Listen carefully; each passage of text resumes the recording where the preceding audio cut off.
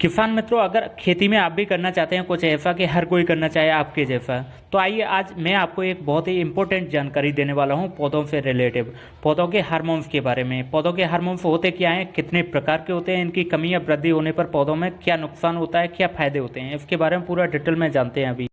मित्रों, आपका स्वागत है रघु कृषि समाधान में और मैं हूँ आपका रघु भाई। आप सभी हमसे फेसबुक, इंस्टाग्राम, व्हाट्सएप पर जुड़ सकते हैं बहुत ही इजीली।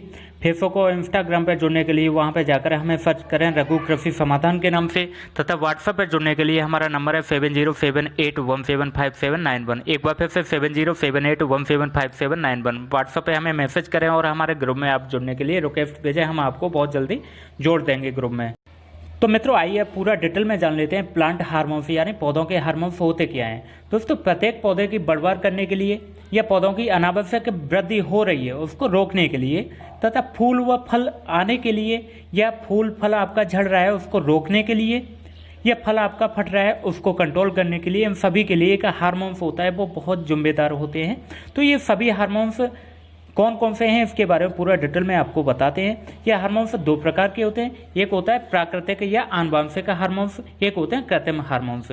प्राकृतिक या आनुवंशिक हार्मोन्स ये होते हैं, ये स्वतः ही पौधों में निर्माण होता है इनका, जिससे पौधे स्वस्थ होकर अच्छी पैदावार देते हैं। लेकिन कभी कभी पौधों में इन हार्मोन्स का असंतुलन हो जाता है, जिसकी वजह से पौधों की बढ़वार नहीं होती है या अत्यधिक अनावश्यक बढ़वार हो जाती है, तथा समय समय पर फूल नहीं आते, या फूल आते हैं तो ड्रॉप हो जाते हैं, झड़ जाते हैं, फल आते हैं तो फट जाते हैं, या साइज अच्छा नहीं बनता है, टेढ़े मेढ़े बन जाते हैं। इन सभी के लिए हार्मोन्स बहुत जिम्मेदार होते हैं। आइए अब समझते हैं इन सभी समस्याओं के समाधान के लिए कृत्रिम विधि से किन हार्मोन्स को दें जिससे कि इन समस्याओं का निवारण मिल सके हमें। कृत्रिम विधि मतलब बाजार से तैयार लाके दवाई स्प्रे करके या जड़ों के माध्यम से पूर्ति करते हैं, उसको बोलते हैं कृत्रिम विधि से हार्मोन्स की पूर्ति करना।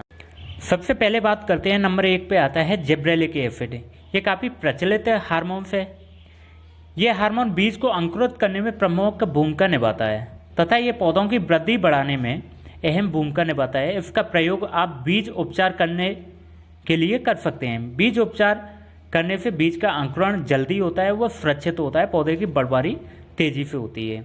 ये मार्केट में आपको जियो, जादू आदि नामों से मार्केट में सभी कंपनियों में अलग अलग से मिल जाता है आपको। इसके बाद में दूसरे नंबर पर बात करते हैं NAA यानी नैप्थलिक एसिटिक एसिड। NAA हार्मोन्स ये पौधों के ऊपरी भाग में निर्माण होता है इसका। ये फूल व फल झड़ने या नए फूल फल आने में प्रमुख भूमिका अपनी निभाता है। अगर आपके पास फल फूल झड़ते हैं तो आपके पौधों में NAA हार्मोन का असंतुलन है, उसे सुधारने के लिए आप इसका स्प्रे करें तो तुरंत फायदा आपको लाभ मिल जाता है।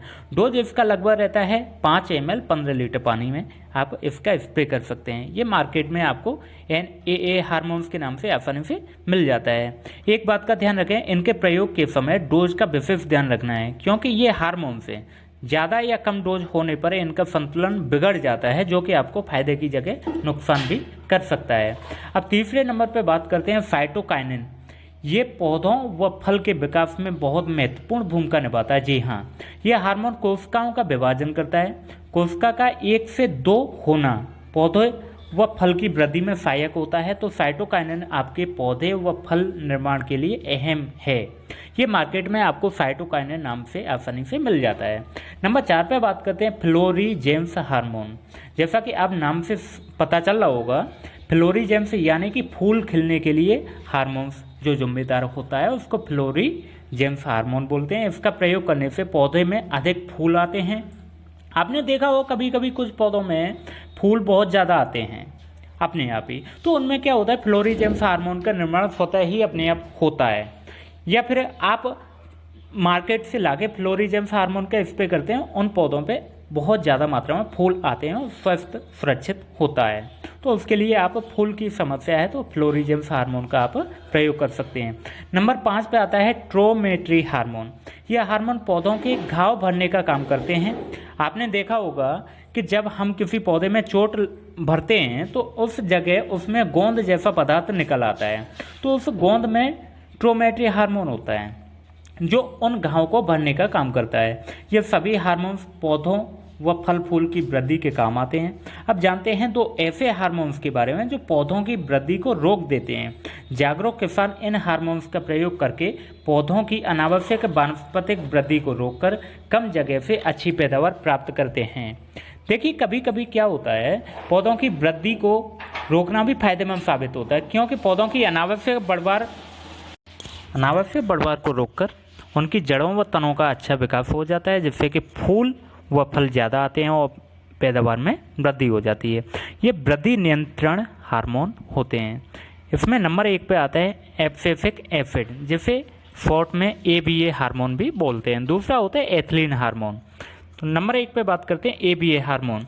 ये पौधों की वृद्धि को रोक देता है, बीजों को सुषुप्त अवस्था में ला देता है, जिससे कि बीजों का अंकुरण नहीं होता है, तथा कोशिका के विभाजन को बंद कर देता है। आपको थोड़ी देर पहले मैंने आपको बताया है, शायद आपको याद होगा, साइटोकाइनिन हार्मोन जो होता है वो कोशिकाओं में विभाजन करता है, जिससे कि पौधे व फल की वृद्धि होती है और ये इन्हें रोक देता है। कहने का मतलब ये है कि ये gibberellic acid, NAA hormone, cytokinin hormone, ये जितने भी हार्मोन्स हैं ये जो काम करते हैं वही ABA हार्मोन्स उन सारे कामों को पौधों के अंदर बंद कर देता है।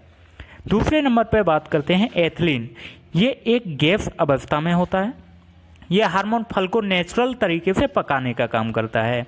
आपने आम वगैरह के बगीचे में देखा होगा कि जब पकने का समय आता है तो उसको तोड़ते हैं तो उसमें इंजेक्शन जैसा चिपचिपा पदार्थ निकलता है, वही होता है नेफ्थलीन। वो इसको पकाता है। जब पकने वाले फल होते हैं वो नेफ्थलीन गैस निकलना भी छोड़ना भी चालू कर देते हैं कभी कभी। लेकिन आजकल आपने देखा होगा कृत्रिम तरीके से कार्बाइड जो होती है उसका किसान भाई प्रयोग करते हैं, व्यापारी लोग प्रयोग करने लगे हैं कार्बाइड का, क्योंकि वो किसान भाई नेचुरल तरीके से पौधों पे फलों को पकने नहीं दे रहे हैं, वो प्राकृतिक तरीके से नहीं पकने दे रहे हैं, कृत्रिम तरीके से कार्बाइड का प्रयोग करके कच्चे फलों को पका देते हैं, जल्दी पका देते हैं। तो ये फल कृत्रिम तरीके से पक तो जाते हैं, लेकिन प्राकृतिक तरीके जैसे पके हुए फलों जैसा स्वाद नहीं बनता है। तो मित्रों, मुझे उम्मीद है कि आप सभी को सभी हार्मोन्स के बारे में अच्छे समझ आया होगा।